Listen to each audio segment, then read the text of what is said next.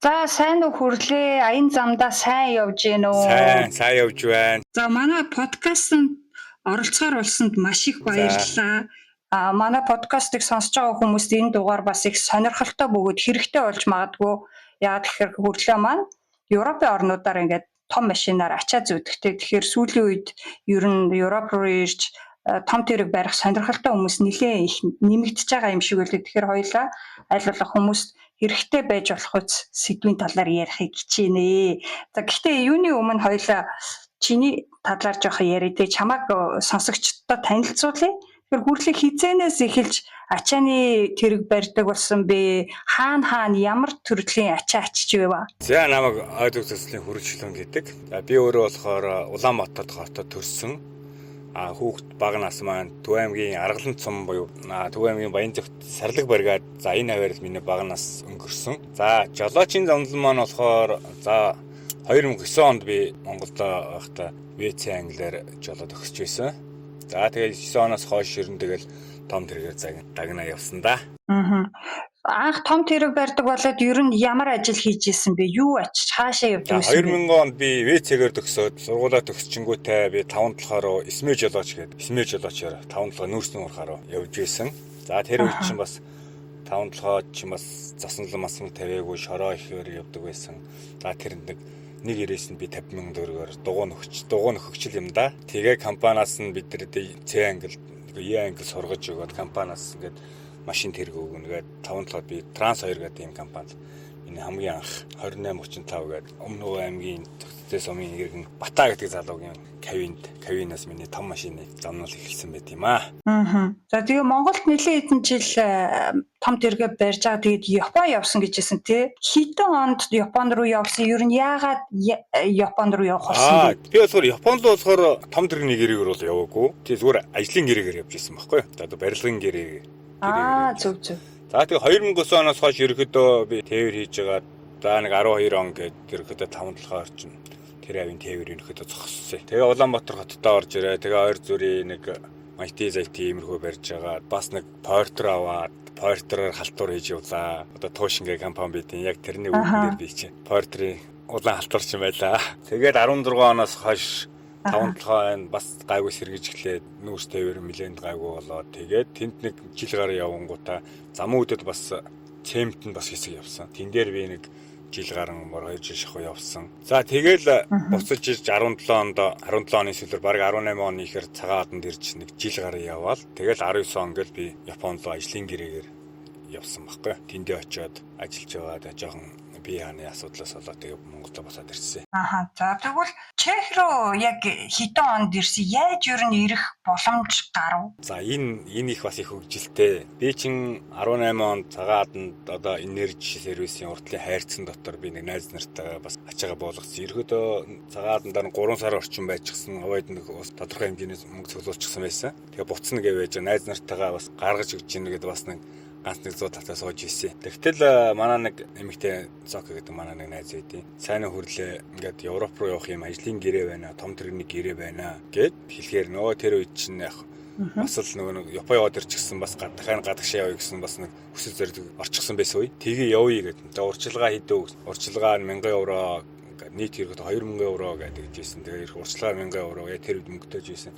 Тэгээ тэр үед нь шууд мөнгө өгчихсөн байхгүй юу. Тэгэл нэг 7 сарын дараагаас Чех улсад буусан байт юм аа. Тэгээд анханднаас ер нь бол гайгүй таньдаг найдвартай хүнээр дамжуулаад ирсэн биз дээ. Манай найз ахгүй юу. Манай найзын ах хоёр нь энэ Чех улсад бас олон жил амьдарсан ерөөдөө тийм хүн байт юм билээ. Тэгээ гэрээ мэр гаргадаг тийм ах хоёр байсан. Тэгээд тэр хоёроо дамжуулаад ерөөдөө найз нь хэлж өгөөд тэгээ ирсэн байгаа. Тэгвэл одоо нөгөө нааша ирэх сонирхолтой хүмүүс чинь бас яг тэр болгоон таньдаг хүмүүс байхгүй шүү дээ. Тэг магадгүй ингээл фэйсбүүкээр ч юм уу заармаар харж агаал Чех руу том тэргийн яаж жолооч авна гинэ гингүү тэрэн рүү ханддаг ч юм уу. Тиймэрхүү байдлаар ирэх гэж байгаа сонирхолтой хүмүүс нэлээ их байгаа бох тий. Тэгэхээр тийм хүмүүс одоо яг ажлын гэрээ гаргаж өгнө гэсэн зарыг хараад ер нь хамгийн түрүүнд юуг анхаарах ёстой юм бол чиний бодлоор? Хамгийн гол нь тэгэл хүнээл болсон чухал юм билээ л дээ. Ерөнхийдөө миний анзаарч байгаа нодлон бас нэг 50 жолооч гаргана гэдэг нэг хүмүүсээс ингээд мөнгө төгрөг аваад Тэгээ байхгүй болсон сураг байсан. Тэгээд ерөөдөө одоо энд чинь би ерөөдөө ингээд жоохон бичлэг хийдэг болохоор хүмүүс маш их над руу холбогддог. Яаж хүнтэй ямар хүнтэй холбогдох вэ гэдэг гэж бас асуудаг. Би өөрөө болохоор яг мэрэгжлийн хүн бол биш байхгүй юу? Би зүгээр яг энэ жолооч нартай адилхан зүгээр ингээд зөвхөн л жолооч. Энэ дээр бас хэл ус байхгүй. Яг хүмүүс нөө хардаг болохоор нөө бичлэг хийдэг гэдэг утгаараа л энэ хүн энд яг бодит зүйлэн дээр ажиллаж амьдарч байгаа юм чинь энэ хүн ер нь гаргалгааг нөр нь мэдэх ёстой гэсэн үднээс над руу хандсан юм шиг үлээ. Тэгэхээр энэ тэндээс Монголоос одоо ерөөдөө миний надад холбож байгаа хүмүүс ерөөдөө бүх уурхаагаас холбогдож байгаа байхгүй юу? Улаанбаатар одоо тэ хоньны бэлчээр дээрээс, цэврийн бэлчээр дээрээс, адууны бэлчээр дээрээс ингээ ярьж जैन тэр уурхаа дээр ярьж जैन ингээ бүх хүмүүс ярьдаг. Тэр хүмүүс маш явах сонирхолтой байхгүй юу? Тэгэхээр жолооны үнэлэг чинь яг хамгийн анхны 10 жолоочийн гэрээ гэж байсан байхгүй юу? Хамгийн анх манай ирсэн компани болохоор хамгийн анх Европ улсад хамгийн анхны удаа жолоочин гэрээ гэдгийг анх удаа гаргасан юм билээ. Тэгээд тэр дунд нь би ирчихсэн. Тэгээд нэг хэсэг үнэлэг сольж байгаад үнэлгээ солиго болцсон байхгүй юу? Жолооны үнэлэг Чех улсад. Тэгээд одоо дөнгөж саяхнаас сольж эхэлж байгаа байхгүй юу? Тэгээд Чех улстай бас энэ талаар бас талах хэрэгтэй байх гэж бодож байна. Бас ингээд жолооч биднэрт одоо яг үнэлэг солиод эхлэнэ гэдэг чинь биднэрт маш том боломж олж байна. За тэгвэл хоёулаа жоохон хүмүүст мэдээлэл гоё цэгцтэй үгүй те. За чиний хувьд бол ингээд таньдаг хүнээрээ дамжаад ирсэн байна. Бусад хүмүүсийн хувьд яаж найдвартай хүнээ олох уу гэдгийг бол чи хэлж одоогоор бол мэдэхгүй юм байна. Өөрөө зүгээр л жолооч хүнтэй тэр зуучилдаг ажил бол чи хийдэг байна шүү дээ. Гэхдээ яг өөрөө ингээд ирээд ажиллаж байгаа хүнийхээ хувьд ирэх байгаа хүмүүс за тэр нөгөө зуучилдаг хүнээ олцсон байлаа гэж бодоход юуг анхаарах ёстой. Юуны түрүүнд ингээд нэг зуучлалын хөлс гээд мөнгө өгчдөг те. Гингүүд тэр хөлсөө өгөөд ер нь наашаа ирэх хүртэл хитий хэрэг хугацаа нэгдүгээрт зарцуулдаг бай. Одоо виз нь гараад наашаа ирэх хүртэл. За одоогор бол жолооч нар бол их хурдан ирж байна. Зарим нэг нь бараг 20 хэдэн онооч болтугай цаг нь гарч байна. Цаг гэдэг юм чинь одоо нэг Монгол улстай визэндээ орох тийм тэд өдөр тэр орон шүү гэсэн цаг очдөг байхгүй Чех улсаас очдөг юм лээ. Тэр цаг нь ирчихэл юм бол тэгэл ерөөдөө болчихлоо гэж ойлгодог юм лээ. Тэр цагийг хүлээх гिचэл хитэн сармаар болоод идэг байх нь те. Зарим нь бол цаг хүрэхгүй гарчдаг юм тийм үү? Сүүлийн жолоочны гэрэнэр бол маш хурдан гарч байна. Тэр нь болохоор яг тэр юунаасаа л болох юм шиг үлээ одоо тэр. Цаанаасаа цагийг хурдан гаргаж өгчөөл хурдан гарна удаан гарвал удаанд гарах юм лээ. Гэхдээ жолоочны гэрэнүүд бол маш хурдан гарч байгаа юм. Энэ зуучлалын хөлс ер нь ойролцоогоор ямар ханштай байна гэдэг таамаг байна уу? Чи бол ирэхэд тэр чинь бас нэг 5-6 жилийн өмнө бол урьдчилгаа 1000 дараа нь 1000 гэд нийтдээ 2000 евро төлжсэн байна. Тэнгүүд одоо бол ханш жоохон өөрчлөгдсөн гэж магадгүй мөлий. Миний ерөөдөө хүмүүсийн ярьж байгаа сонсохоор ерөөдөө 1300 еврогоор наашаа ирж байгаа юм лээ. 1300 еврогоо 2 хувааж өгнө. Тэгээл ерөөдөө гарч байгаа юм шиг байлээ. Хүмүүсийн яриаг жолооч нар ирж байгаа яриаг сонсоход тэр хавцал нийт зардал ер нь 7 сая гаруй төгрөгөөр л яг ирлээ дээ гэдэг надад хүмүүс тэгж ярьж илээ. Саяхан би ингээд нөгөө Чехийн монголчуудын групп дотор яг нэг хүний бичсэн постыг харсан байхгүй. Энэ дээр бол яг нөгөө наашаага том машин барихаар ирж байгаа хүмүүс юу анхааруул зүгээрөө гэдэг нэг хит хитэн асуудлыг бичсэн байсан. Тэгэхээр хоёул энийг ингээ эхнээс нь хараад чиний бас тайлбарыг давхар сонсоод яваа тий. Энэ айгуу гоё пост бичсэн байлээ. Гэхдээ би нөгөө машинтай ямар ч холбогдлохгүй хүн болохоор энэ одоо хэр үнэн бодиттой мэдээлэл юм бол гэдгийг мэдэхгүй байгаа байхгүй юу. Тэгэхээр ингэж нэгдүгээрт нь болохоор та жолоочийн гэрээгээр ирэх гэж байгаа бол багтаа 2-3 сар ажилгүй байна гэдгээ тооцож 2-3 сар амьдрах амжиргааны зардалтайгаа ирээрээ гэж байна. Зөв. Одоо энэ ингэж байгаа юм. За шууд эренгүүтээ жолоо ягаан карт аавна. Ягаан карт нь одоо энэ ирсэн хүмүүсийн газар болохоор жоох удаж гарч ийн гэсэн нэг 18-9 хоноод ягаан карт нь гарч ийн. Ягаан карт гэдэг нь болохоор энд амьдрах эрхийн карт гэсэн үг шүү дээ тий. Манайхаар бол иргэний үнэмлэх шиг юм карт өгдөг. За тэгээд жолооны үнэлэх нь бол ирээ солигдчихно. Жолооны үнэлэх бол нэг 10 тоног арчиж байгаа юм билээ. Үнэлэх нь солиж. Хамгийн гол зүйл нь болохоор мэрэгсэн жолооны үнэлэх гэж монголоор ярьдаг юм. Энд болохоор одоо юу гэдэг юм бэ? Одоо 95-ын код гэж ярьдаг юм билээ. Монголоор бол олон улсад явах жолооны ирэх Европ улсаар тэр чигээр явах юм эрхэл одоо мэрэгсэн л гэсэн үг юм лээ. Тэрийг авах гэж л удаад юм лээ. Тэр нь жоохон удаан гардаг юм байлээ. Тэгээд тэрэнд нь шалгалт өгд юм байлээ. Тэрэн дээр л хамаг цагаа авч байгаа юм байлээ. Тэгэхээр ер нь 2-3 сар болно гэдэг бол хамтаа байх нь тийм. маш хурдан бичиг баримтанд гараад эхний шалгалтын дээр шууд тэмцээд ингээд гарахад л 2 сар. Тэр хүн чинь шалгалтандаа унаад ах юм бол дахиад сунгагдаал байна. Одоо бол нөгөө үнэмлэхийг Монгол дахь жолооны үнэмлэхийг энд солиход бол нэг тэгж хугацаа алдгаа болцсон тий. Гэхдээ тэр Монголд магадгүй хуучин үнэмлэхтэйгээ байгаа хүмүүс байх юм бол тэрийг заавал шинэ үнэмлэхээр сольж иж ирэх. Одоо сүүлд нөгөө нэг 12-ын залтаа гэдэг үнэлэх гарчихсан байгаа. Тийм тэр заавал шинэ үнэлэхтэй ирж энэ солигдно. Хуучин үнэлэх бол авчираад энд бол солигдохгүй. Яг үнэлэхнийхээ ард талд 12-ын залт гэдэг 12-ын тоо гэдэг нэмэлт орцсон байгаа. Тэр үнэлэхтэй ирж солигдно. Тэгэнгүүт энэ хүний бичсэн дараагийн асуудал ингэсэн байна л да. Гэрээ гаргаж байгаа хүмүүс чинь таны мөнгийг авч байгаа бол доорх зүйлсийг хийж өгөх ёстой. Тэр нь юу вэ гэхээр одоо чехэд ирээд шууд үнэмлэхээ солиулах ёстой хуультай болсон. Заавал солиулах ёстой. Тийм учраас авч ирсэн хэлтэй устай хүмүүс чинь наад зах нь энэ үнэмлэхийг чинь солиулж өгөх ёстой гэж байна. Тэгэхээр энэ нөгөө нэг зуучилж өгж байгаа хүн ийм үүрэг хүлээн гэдэг одоо магадгүй анх мөнгө төлөхтэй иймэрхүү нэг гэрээ маягийн юм хийх ёстой бах тийм үү? Тэр чинь жуулч авчирч байгаа нь тосч аавна, байранд нь оруулж өгнө, ягаан карт хийн авч өгнө, жолооны үнэлхийн ерөөдөө бүх юмдын тэр хүнийг бүрэн ажилд гарахад нь бэлдэж бүх юмыг л зохицуулж өгнө гэсэн үг байхгүй юу? Тэгэхээр энэ зөвхөн ачааны машин барих жолоочч гэлтгүү те. Ер нь гадагшаага явж байгаа хүмүүс энэ дээр маш сайн анхаарах хэрэгтэй юм шиг байна. Тэг хүнд ерөөсө зуучлуулж ийн гэж мөнгө өгөхөөсөө өмнө яг бичгээр те гарын үсэгтэй тамхтай юутай байдیں۔ Тийм албан ёсны гэрээ илгээд нутраараар батлуулт юм уу яадیں۔ Те ийм мөнгө төлснийхаа хариуд би одоо ийм үйлчлэгийг энэ хүнээс авнаа гэд нөгөө хүн нь ийм үйлчлэгээ өгнө гэдэг яг харилцан тохироод албан ёсны гэрээ хийж явахгүй бол юугаач мэдэхгүй бүх юм чинь болгоно гэл нэг юм бүдэг бадаг юм хэлэл баахан мөнгөний авал алга болчдөг тий. Тэгээ араас нь хөөцөлтөөр угаасаа тийм тохирсон гэрээ цаасан дээр байхгүй юм чинь гэл хуулийн өмнө хариуцлага хүлээхгүй алга болдог. Тэгэхээр энэ чухал байх нь тосуулна, ягаан карт авна, үнэмлэх солиулна гэх тий. Байр олно гэд. Байр гэснээс нэрээ одоо ингээд чи ер нь ачаачаал ихэнхдээ нэг юм суурин байхгүй байгаад шүү дээ тий. Тэгэнгүүт байрыг яаж зохицуулдаг вэ ер нь? Заавалчгүй нэг хаягтай байх хэрэгтэй. Тэр ажлын гэрээн дээр чинь байрны хаяг заавал байх хэрэгтэй. Байрны хаяг байхгүй бол ажлын гэрээ ердөөс гардаггүй байхгүй юу? Заавал хаягтай байж аж тийм ажлын гэрээ гаргадаг байхгүй юу? Тэгэхээр чи бүр Монголоос ирэхээс өмнө тэр байрыг компани нь байраа олцоход тэгээ тэр байрны хаягн дээр гэрээгээ гаргадаг байхгүй юу? Тэгэхээр байрны асуудал бол компани бүгдийг зогсоож өгнө. Тэгээ ер нь зүгээр сонирхоод асуухад ингээ байнга явуулын байдаг хүн чинь нэг тийм том тухтай байр маяр бол нэг айхтар шаардлага багт ядаглаад ихний эдэн жилдээ ч юм хөлөө олтлоо. Тэнгүүд ер нь байр хямдхан олоод эсвэл дундаа ч юм уу ингээд хуваагаад явдгүү. Ер нь жолооч нар ирээд байрных нь асуудал ямар хөө дээ. За тэмүүж ирж байгаа жолооч нар зүгээр компанийнхаа байранд л тэгэл байсан дээр өөр хөл гараа олоод чин там болтлоо ерөөдөө компанийнхаа байранда байж байгаа л тэгэл аяндаа өөрөө ирээд 6 сар болсны дараагаас өөрөө бүх юм ойлгоод эхэлнэ шүү дээ. За энэ ийм очтой өөр ажилтаа ч дадлаг дурчлагтай болоод эхэлнэ. Тэгэл тэрний байрны асуудлыг өөрөө тусдаа гарах уу, яах уу, энэ байранда байх уу гэдэг тэр хүн хөвөний асуудлыг өөрөө шийдэж явчихна л та. Гэтэ яг жолооч маань идэж бас тийм айхтарч тийм байр савд нэг сүртэй хэрэг болоод байдгүй шүү дээ. Яг заах би өөр л ярьж байгаа юм л да. Би ч өөрөө нэг энд яваад ганцаараа болохоор ч нэг байр сав гэдэг байдаггүй. Гэр бүлээ татлаад авчрах юм бол мэдээж өөр ингэсэн орон байртай болж таараа. Ганцаараа одоогон дөнгөж ирж байгаа жолооч нар ч ямар гэр бүл явах ганцаараа байгаа юм чинь. Ер нь хөл гараа болтлоо компанийнхаа байранд байжгаад цаашдаа яаж яах өөрснөө шийдэл явчихна да. Түрүү нөгөө мэрэгшсэн жолоочийн үнэмлэх авах ёстой гэд тэрэнд орохын тулд одоо шалгалт малгалтанд ордог гэж байна шүү дээ. Энийг авахын тулд ер нь хэдий хэмжээний зардал гардаг юм бэ? Энэ түрүүний нөгөө хоёулынгийнх нь харж байсан постн дээр бас энэ талаар ойролцоогоор нэг 5-6 сая төгрөгийн зардал гардаг гэсэн байх юм. Зарим тохиолдолд нөгөө компаниас нь энэ зардлыг нь гаргадаг. Ажлын гэрээгээр ичгсэн хүмүүсийнхийг бол энэ юунууд нь гаргаж өгнө.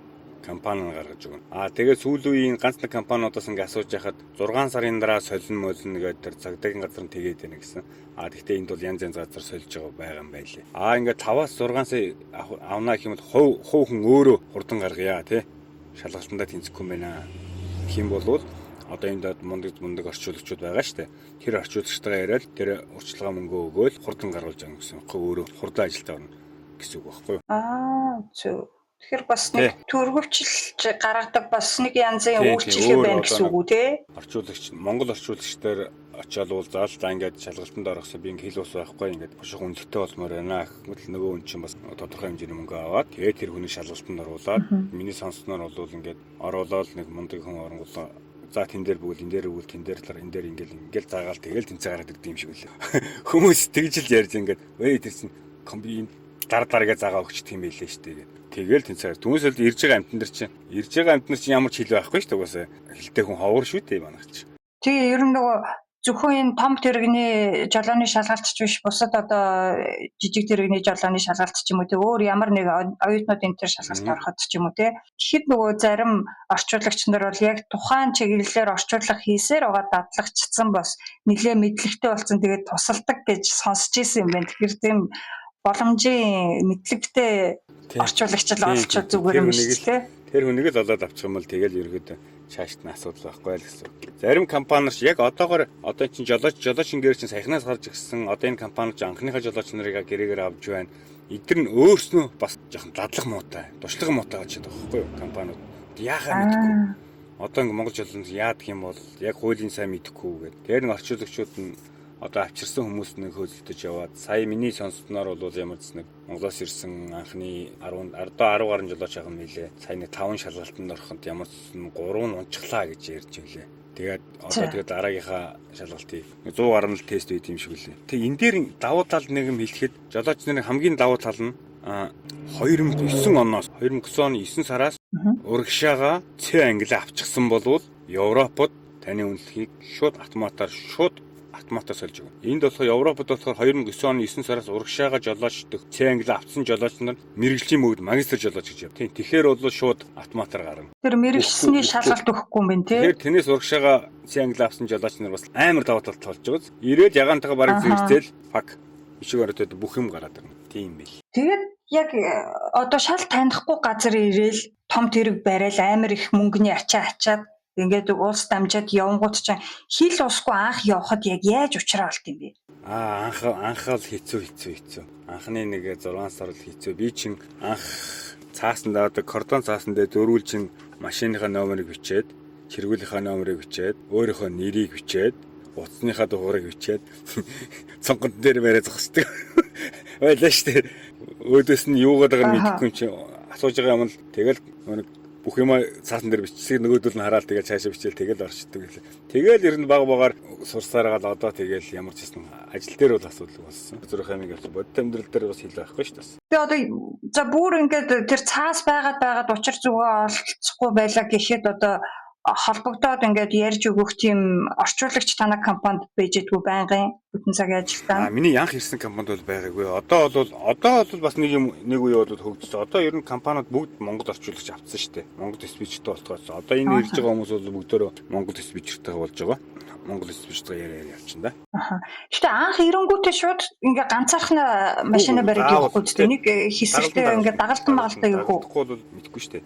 Бид нар чинь GPS гэдэг юм юугаач мэдэхгүй. GPS-ээ мална гэж бас том ажил байна да. Тэгэл тойрон. Тэгээд ер нь энэ гадаадын тоног төхөөрөмжтэй тийм тусдаа машин зашинтай ингээд ажиллаж сурахад ер нь хэр амархан байсан бэ чамд? Хэр удаан сурсан бэ? За яг нь замаа олох гэж нэг жоохон GPS-тэйгэл суралцахад нэг жоохон хэцүү байсан. Тэгээд тохограф гэдэг энэ бас их толгой эргүүлмээр их зүйл байсан. Ерхөөдөө Монгол том тэрэг барьж байсан болохоор машин барих тал дээр бол ер нь гайгүй. Нэг айхтар бол өндөр гараагүй. Замаа олоод явна. За тэгээд тохографа яаж ашиглах вэ гэдэг дээр жоохон толгой эргэсэн хэрэг. Тохограф гэдэг нь одоо Монгол одоо юугаар бол хийхээр бол одоо хараа хэрцэг юм уу та. Одоо ингээд та хаана явж гэн те хэдэн милийн цагийн метрийн километрийн уртаа явж гэн. За 90 макс нь дээр бол 90 км/цаг уртаа явдаг Европод. Тэгээд 91-тэй яваад нэг 30-аас дээш секунд явчих юм бол энийг анивчдаг байхгүй юу? Та ингээд 90-ээс илүү яваад байх шүү. Ингээд анивчаад эн чинь хадгалаад авчдаг.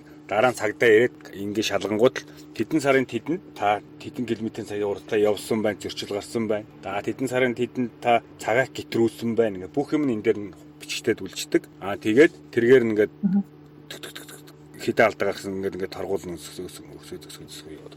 Торгуул маргуул төлөнгүүд тэгээд тэр нь цалингаас ч асагдахгүй. Тэгээд цалин дээр шин гэл аваа явчихна. Ер нь цалин хэдийн хэмжээний юм бэ? За энэ анх ирж байгаа хүмүүст бол яг хөө нэг эхний ганц нэг сар бол нэг 45-аас нэг дээшээ гарахгүй болоо даа л гэж би бодож байна. 45,000 крон гэсэн үг шүү дээ, тий? Чех крон. Гэхдээ энэ хүмүүс ярьж байгаагаар бол ер нь гайгүй юм яриад нэг 50 гаргаж авнаа л юм яриад яг ярьсан шиг бол яг байдгүй шүү. Гэхдээ хүн яаж хурдан өөрөө ажиллах хурдан сурна. Тэгээ сурах тусам компанид ч угаас хол явуулаад эхлэв шүү дээ. Тэгэхээр ч надад хүнээс өөрөөсөө л их шалтгааллах байх та. Тэгвэл ер нь бол 45,000-аас эхэлдэг гэж болох юм шүү дээ. Гар дээр авж байгаа юм уу? Бохор юм уу? За баг бохорно гэж бодчих дөө. Зөв. 45,000-аар эхэлж гингүүд чинь ер нь 7 хоногтоо хэдэн өдөр нь машин бариад явна, ямар хэмжээтэй амарна гэсэн үг үү? Тэр бол ажилласаа л шалтгаална. Хол явдаг газар бол хол явна, ойрхон явал ойрхон л явна. Яг тэр компани байдлыг мэдэх байх гэж бодож. Одоо бол чи харьцангуй туршлагачсан жолооч шүү дээ. Чиний одоо ингээ хуваар бол ер нь тогтворчсон баг. Тэгэхээр чиний одоо 7 хоног чи ямар хөө байдлаар үдээ? Эсвэл бүтэн сард одоо хэдэн өдөр нь яваад хэдэн өдөр нь энэ болохоор би болохоор ерөөд 14 хоног гэж явдیں۔ Зэ.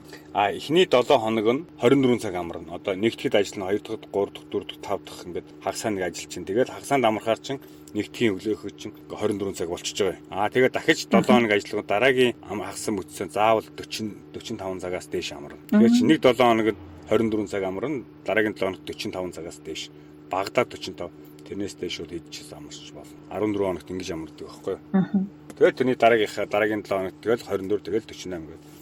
Тэгэл цикл нь бол сараар биш 14 хоногоор байд юм шүү дээ. Гэхдээ нэг өдөрт бас нэг тодорхой хэмжээний цаг л явна гэсэн бас тийм байна. Тэр болохоор ерөөдөө өдөрт 9 цаг явна. Өдөрт 9 цаг явна. Тэгээд 9 цагийн дотор чинь 4 цаг 30 минут яваад 45 минут амарна. Дахиж 4:30 явангуудаа 9-өөс 11 цаг амарна. Хамгийн багадаа 9 цаг 11 цаг амарна. Ер нь 7 хоногт 2 удаа 11 цагаар амардаг байхгүй юу? Тэгээ 3 өдөр нь 9 цагаар амарна. Тэгээл явчихна. Тэгээ угаасаа яг тэр амрах цагт нь таарсан юм нөгөө нэг буудлах юу ба өртөөнүүд байгаа шүү дээ. Зохицуулаад явна. Ерөнхийдөө Европод ер нь ингээд 500 өдөрт 500 км-с дээш өдөрт 7 цагаас дээш явчих юм бол ерөнхийдөө ажилласандаа бүрэн тооцоо явчихдаг юм шиг байна лээ. Гэхдээ манайхан бол тэгж явах нь ховор. Манай монголчууд ч юм л ажлыг тултал явж байгаа шүү дээ.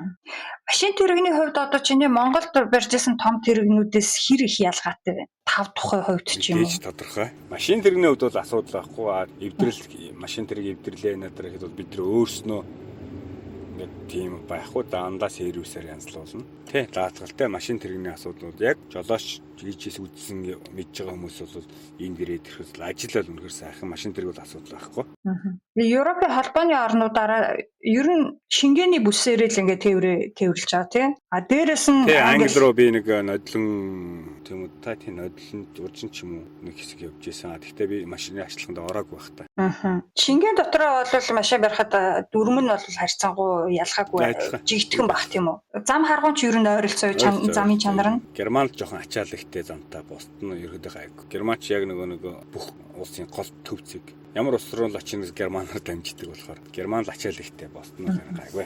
Англи руу оронгууд ч одоо нөгөө шал эсрэг урсгалаараа явж муудаг гэдэг арай өөр байгаа шүү дээ. Тэр ер нь хэр эвгүй байдаг вэ? Тийшээ явахаас өмнө бас нэг жоохон дадлага хийх шаардлага гарахгүй яадгүй. Дадлага ердөөс тэгээ шууд л явсан. Ер нь ингээд миний ерхөө сонссноор бол ер нь Англи руу явсан хамгийн анхны жолооч Бимба гэдэг залуу байдаг. Манай компанид ажиллаж байгаа. Тэгээд би оюутны явсан байдیں۔ За тэгээд Бимба болохоор захиралтай цуг явсан. Би бол шууд ганцаараа орсон. Эхлээл ороход их үгүй юм байлээ. Яг тойрог дээр очиад толгойр ихчих юм л. Өөрийнхөө юугаар сурцаараа дарах гад байдаг. Жохо бодох ажил гарч. За тэгээд цаашаа нэг хэсэг дахиад ирэхээр тэгэл дороос орчих юм лээ. Монголч шин дороос орчих юм шүү. Тэгээд сүүлдээ би чи нэг бараг 14 5 удаа явцсан баг шүү. Сүүлдээ бүр нутгийн хэрэгсэлд явдаг болсон. Одоо чи хамаад ингээд бодож байхад анх ирээд хамгийн хүндрэлтэй санагдчихсэн юмнууд нь юу вэ? Хамгийн хэцүү санагдчихсэн юм GPS-эл олох гэж л жоохон их манарсан да. Тэгээд энэ дохоогоор энэ хоёр л жоохон хүнд байсан. Тэгээ бусд нь бол гайгүй. Тэгээд угаасаа л хүмүүс өөрөө ч дуртай зүйл тэгээ. Тэгээ бас хэцүү зүйл нь жоохон бас ганц нэг нөлөөс унгаж ирсэн үе бол бид нар чи аруулаа ирж исэн. Тэгээ яг бидний яг ирээл нэг сар болоогүй Монголд нэг цалин өсөөд нэг ирээс нь 10 эдэн сая болоод 20 эдэн сая болоод нэг амар нэг цалин өссөн байхгүй юу Монголд нэг нүүрснээ ханш. тэр үеэр хамт ирсэн хүмүүс маань буцаад эхэлсэн. За тэгтэл явхад амар хэцүү байсан. За тэгээд би ер нь буцъя гэд гэрлүүгээ ярьж ил байсан. За тэгээд сүүлдээ за би нэгэнт ирсэн юм чинь ямар ч хэсэг 2 жил бол Европ заавал амьдрна. Гэхдээ маш айлын орчих юмсан гэж би энэ байд Монгол хүн ажилтдаг болов уу гэж боддог байсан. Тэгээд тэгжээтэл нэг өдөр фэйс ухчихсан чи харин нэг 2 монгол залуу машин ажиллах гэдэг компанид орчихсон. Зураг авахгүй. Тэр болохоор одоо энэ манай машин ажиллахууд ер нь Монголын хамгийн төрүүлж машин ажиллаханд орсон мөвөө гэдэг нэг залуу байдаг. Тэр залуугийн зургийг харсан байхгүй би. Тэгээд би Монгол хүн энэ машин ачдаг юм бэ. Монгол хүн энэ хүн хийж чадж байгаа юм би яагаар хийж чаддаг. Би тэгвэл заавал ийшээ орно гэж судалж эхэлсэн. Тэгжээтэл нөгөө мөвгийнхээ компанид нэг олж яваад тэгээд тийш орсон мэт. Тэгвэл анхнаасаа машин ачаагүй өөр бараа ачдаг юм шүү дээ. Юу ачдаг вэ? Хөргөч, хөлдөөгч одоо ингээл мантуу зантуу тэгэл гом данлал хүнсний юм ус мос тиймэрхүү юм зөөдөг компани. Зөв. Тэнгүүд явах зайн ч гэсэн арай богинохон байсан уу хүнсний юм. Тэр чинь хамгийн гол нь Словак гэдэг одоо энэ чинээс нэг 400-500 км-ийн цаадал нэг л ус руу ордог гэсэн. Тэгээд босдон дандаа чих дотор. Тэгээд бас яг ямар төрлийн тээвэр хийж байгаасаа хамаарат бас цалин нь өөр байх бах тийм. Тэгэлгүй яг уу. Дотроо явдаг бол арай цалин бага. Тэгээд ерөөдөө ойрхон явдаг бол тэгэл яг тээврээсээ шалтгаалах юм л да. Тэгэл би нэг арай цалин өндөртэйгээл машин ажиллах руу шүнс хоёр мөрөөдлөө биелүүлнэ гэдэл би заавал ийш орондоо тэгжээж буцсан да гэж боддог байсан. Тэгж бодож эхэлсэн. Уул нь буцахч байсан. Уул нь буцах гад вали гэсэн. Тэр мөг гэдэг залууг би харж чад. Монгол хүн хийж байгаа юм чи би ягаар хийж чаддгүй ингээд. Тэгээд миний хүсэл зорилго эргэж буцалтгүй ийшээ чиглэсэн байдгийг. Үйлдсэн нь зүг болсон биз дээ. Тэгээ үйлдсэн л зүг. Одоо тэр 10-аас нь одоо энд 2хан жолооч байдаг шүү дээ. Бусд бүгд Монголоор явчихсан. Тэгээд Монголд ч угаасаа нүүрсний үнж буурал тэгэл ковид энтер гэж бас нэг хэсэг тээвэр зогсоо тий. Ингээд нэр ковидын үед яаж исэн бэ? Тээвэр хэр явж исэн бэ энд? Ковидын үеэр чим яг дүнгиж ирж гисэн. Манай компани бол ойрхоор явж исэн. Хүнс болохоор ч нэг зогсдгүй юм лээ. Тэгээд тэн дээр бол асуудал байна. Нэг тэр юм дээр бол нэг юу гараагүй. Гэхдээ яг нь ойрхон явдаг. Тэгээ шинэ явдлаар ч бид нар ихний хэлснээр жоон цалин байгаа байсан л да яалчгүй. За би хамгийн дээдл нэг 36 мянган л авч үзсэн бид тэр компанид. Ерөөдөө нэг жил ажилласан баг та. Тэгэл гарсан да. За хоёулангийнх нь яриа ер нь өндөрлөх тал руугаа хандж байна. Одоо хоёулангийн яриаг сонсож байгаа хүмүүс нь магадгүй нөгөө өөрсдөө жолоочоор ирчээд бас гэр бүлээ татах сонирхолтой хүмүүс үйжиж болох юм тий. Тэгэхээр чиний зүгээр нөгөө таньдаг мэддэг хүмүүсээс харж хахад ер нь гэр бүлээ авчирхад хамгийн асуудалтай ч юм уу хүндрэлтэй тал нь юу байдаг юм шиг байна. Ер нь бол Чехэд зөвхөн жолооч гэлтгүй ирж ажиллаж байгаа хүмүүс гэр бүлийнхнийгаа татахын тулд дор хаяж 6 сар ажиллаж ээж нөгөө гэр бүлийн нэгтгэлээр гэр бүлийнхнийгаа авчрах эрх нь үүсдэг шүү дээ. За тэрний дараагаар яг гэр бүлээ авчрахад ямар асуудал голцоо тулгард юм бол? Одоо ястаа мэдгүй шүү дээ. Одоо тэр чинь тэгэл ирээл 6 сар болоод гэр бүлээ татна тэгэл өөрснөө орон бариад бэлдэж эхлэх үйл гэдэг. Би ч одоо татч үзэг болохоор чи мэдэхгүй шүү дээ. Тэр талаар яг сайн. Хавич хүмүүсээс ер нь тий манай хэд болохоор бүгд л татсан байна л да. Манай хэд ч болохоор ирээл 6 сар болоод тэгэл хүүхдүүдэд татаал тэгэл одоо эхнэр мөхнө төрж гисэн энд байж лээ. Хүүхдүүдэд сургууль соёлд оруулаад тэгэл энд тэгэл амьдэрч шүү дээ. 6 сар болоод тэгэл татчихдээ юм л шүү дээ. Тэгэнгүүт одоо бусад үйлдвэрт ажиллах байгаа хүмүүс яг нөгөө амьдрах газар нь бол тодорхой шүү дээ. Тэр үйлдвэрийнхаа байгаа хотод л амьдрын шүү дээ.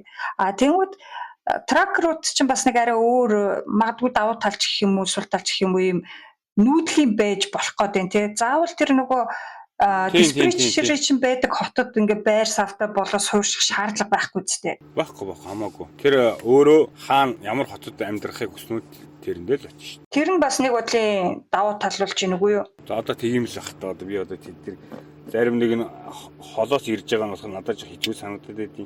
Тэгээд тэд нар өөрсдөө сурцсан юм байна. Ер нь тэгэл.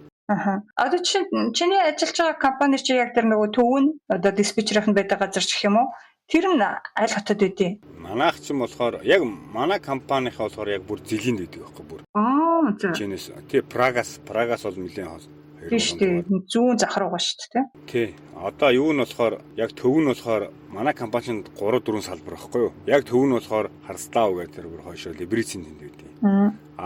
Миний парклдаг газар бол Прагаас нэг 50 хэдэн километр газар байдаг. байхгүй. Зүг Тэнд зүг. парклдаг. Чиний хувьд одоо байр саваа сонгоход гэх юм бол тэр парклдаг газартаагаа л ойрхон байвал илүү тохиромжтой байх нь шүү дээ, тий? Тийм. Ер нь тэртэй л ойрхон байвал их зүгээр идэв. Компани болоо нэг очихгүй бид нар чинь. Тэгээд ч ерөөдөө би бол нэг байр сав байхгүй. Би ч одоо машинд 2 жил 7 сар энэ явчихлаа шүү дээ. Зүг. Нэг өрөө байр унаад л яваад байгаа гэсэн шүү дээ, тий? Бараг л нэг өрөө байртаа тэгэл хөрж мөрч бүх юм л байгаа. Тэгэл хаад нэг найз нөхцөөхөр нэг очтیں۔ Тэгэл ерөөдөө тэгэл. За, хоёулынх нь яриа ер нь өндөрлөхт өгч чинь. Тэгэхээр одоо сая хоёулаа ярьж амжаагүй хийлээ да гэж бодож исэн юм байна уу? Ер нь наашаа ирэх сонирхолтойгоо жолооч нарт юу гэж зөвлөмөр вэ? Одоо тэгэл хэрвээ наашаа ирнэ гэж бодож болно. Бүх юм одоо гаргалгаанууд нь байна. Ирж болж байна. Хамгийн гол нь сайн судалж ээж ирэх ёстой. Энд ирээд энэ дөр хамгийн хурдан жолооч болоод 2 сар болж штэ. Тэрнээс хойш хэдэн сар жуулж магадгүй. Ер нь шалгалтанд унаалах юм бол унаалах нь шүү дээ. Орос хэл англи хэлтэй бол давуу талтай. За тэгэл ирээ сурна. Тэгээ сургал байхдаа тэгээд өөрснөө хүсчүүл. Гэхдээ би голцоо нэг хувьд хэрэгтэй Монголд нэг 4,500-аас дээш цалин орлоготой тий орчдөг ийм хүмүүс бол нааш ирээд хэрэггүй гэж би хэлж байгаа. Хэрэггүй, нааш ирээд хэрэггүй, наашаа орсны хэрэггүй зүг наанаал. Энд чинь бас зүгээр миний бичлэг шиг сайхан харагдаад байгаа юм биш. Тэн дээр л хууртаж болохгүй. Мөнгө бас эхний нэг жилдээ бол ер нь мөнгө хураач чадахгүй шүү дээ бас. Зардал нь их байна шүү дээ, тий? Тий, зардал гарна шүү дээ энэ чинь. Энд чинь бол өхрийн мах одоо бүр өнд орчлаа шүү дээ бас. Одоо Монгол мөнгөөр чи баг 24-5 мянга болчихоо өдөр чинь тий. Энэ чинь баг 30 мянган юм шүү. Харин одоо бүр өсөөд байна тий. Тий, тэгэхээр бол тийм л байна. Одоо өөр зорилго нь өөр чиглэлтэй болно. Нэг хүүхдүүдээ багасаа энд сургуульд соёлд оруулъя тий. Тэгээ ерөнхийдөө гэр бүл дээрээ нэг орчингоо солиод үзье, их нэртэйгээр гадаад амьдраад үзье гэсэн иймэрхүү хүмүүс бол ирж болох юм шиг байлээ. Эхний жилдээ бол нэг мөнгө хураагаад за очиад халаад өгнө. Өстой Монголоос илүү мөнгө болоод хураана гэх ийм бодолтой бол нэг ирж болохгүй шүү. Тэр санаа унан шүү гэж хэлээ. Ер нь нөгөө Чехэд ирж ажиллаж байгаа хүмүүс л яг тэгж хэлдэг ч гэдэг мөнгө хураах гэсэн сонирхолтой хүмүүс бол нэг тийм тохиромжтой биш ээ. Зүгээр тав тухтай амар амгалан амьдрах хүмүүст бол боломжийн гэдэг. Тэгвэл машин барьдаг жолооч нарын хувьд ч гэсэн яг л адилхан юм биш үү тий? Тий, ялгаахгүй шүү дээ. Ялгаах. Эхний 6 сар бол тэгэл нэр зүрхний бичлэгчд 6 сар өнгөрдөг шүү дээ.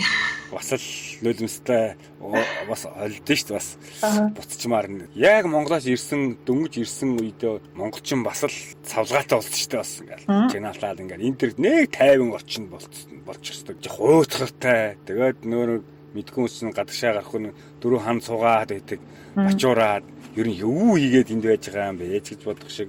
Тэгээ ерөөдөө 6 сараас өөрөө ажиллахтаа туршлагатай болоод ер нь гадар дотор ингээл ажилтаа нэг төртгөө байгаад ингээд ирэхээр хүн гоёлоод эхэлж байгаа юм да. Сэтгэлийн бэлтгэлтэй л ирэх хэрэгтэй юм байна те. Сэтгэлийн яг үнэ сэтгэлийн бэлтгэлтэй ирэх хэрэгтэй. Эхний 6 сарыг л тисэрээ л гэж байгаа тэгэл. Зөв. Тэгээд жолооч нар яг өрөөд ирэх юм бол тэгээд 2 зүрийн тохографи юмнуудыг бол зааж өгөөд ерөөхдөө туслана л гэж байгаа юм би. Ерөөхдөө удахгүй ерөөхдөө энэ талаар ерөөхдөө бичлэгүүд оруулна. Тэгээд тэрийг өөрснөө үзэж хараа тэгээд сурцгаана тэгээд.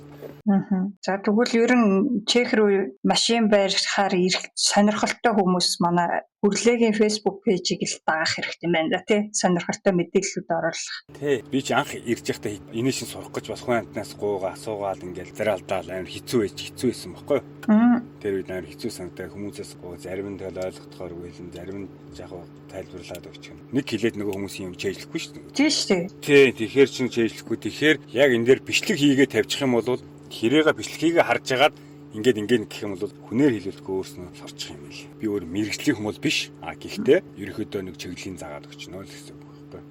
За тэгэхээр манай сонсогчид Хүрлээгийн маань Facebook пэйжийг дагаараа ингээд манай подкастад оролцсонд маш их баярлалаа. Сонсогчид маань сонирхолтой бүгд хэрэгтэй дугааруулсан гэж найдаж байна. За тэгээд Алтан шар зам нь үлзийтэй байхыг ерөөё. За баярлалаа. Тэгээ танай подкаст бас орсонд би бас баяртай байна. Тэгээ би бас энэ дэр нэг юм бас чамайг хэлье гэж бодод байна. Миний найз ч одоо нэг оюутан холбооны бас ингээд гишүүн тий. Тий. Тэгэхээр одоо ингээд Монголоос наач очиж сурвал яах вэ гэдээ хүмүүс бас асуудаг байхгүй. Би ч сайн мэдэхгүй шүү дээ. Тэгэхээр сонноос юг дагаад өгөх юм бол чамаас тийм хүүхдийн сургууль соёлын талаар бол чамаас асууж болно шүү дээ тий. Тийм болно шүү дээ. Одоо би санаасаас гадна манай оюутны холбооны бас чиглэл суралцагч Монгол оюутан залуусын холбоо гэдэг Facebook, Instagram пэйж байгаа, YouTube-ийн сувг байгаа. Тэрэн дээр бас ингээд өөр оюутнуудтайгаа хамтраад бичлэг ч юм уу те яг чамтай хамт ингээд ярьж байгаа шиг подкаст энэ төр хийдэг. Тийм болохоор тэр пэйжүүд рүү ч ороод үзсэн болно. Бүх мэдээлэл нь яг чиний хэлдгээр нөгөө хүн болго яг ижилхэн асуултад давтаж асуугаад байдаг болохоор бид нар яг тийм байнга асуудаг асуултын дагуу бичлэг хийгээд тавьсан байгаа байхгүй. Тэгээд тэр бичлэгээ үзүүлдэг. Тэгээ шууд над руу ингээд сониноос пэйжээр ч гэсэн холбогдоод асууж олон тэнгууд эндээс ийм хэрэгтэй мэдээлэл аваарай гэж мэддэг юмнуудаа бас хэлээл өгнө. За ямар ч сайхан подкастэнд орлоо. Баярлалаа. За найзынхаа ажилд амжилт хүсье. За баярлалаа.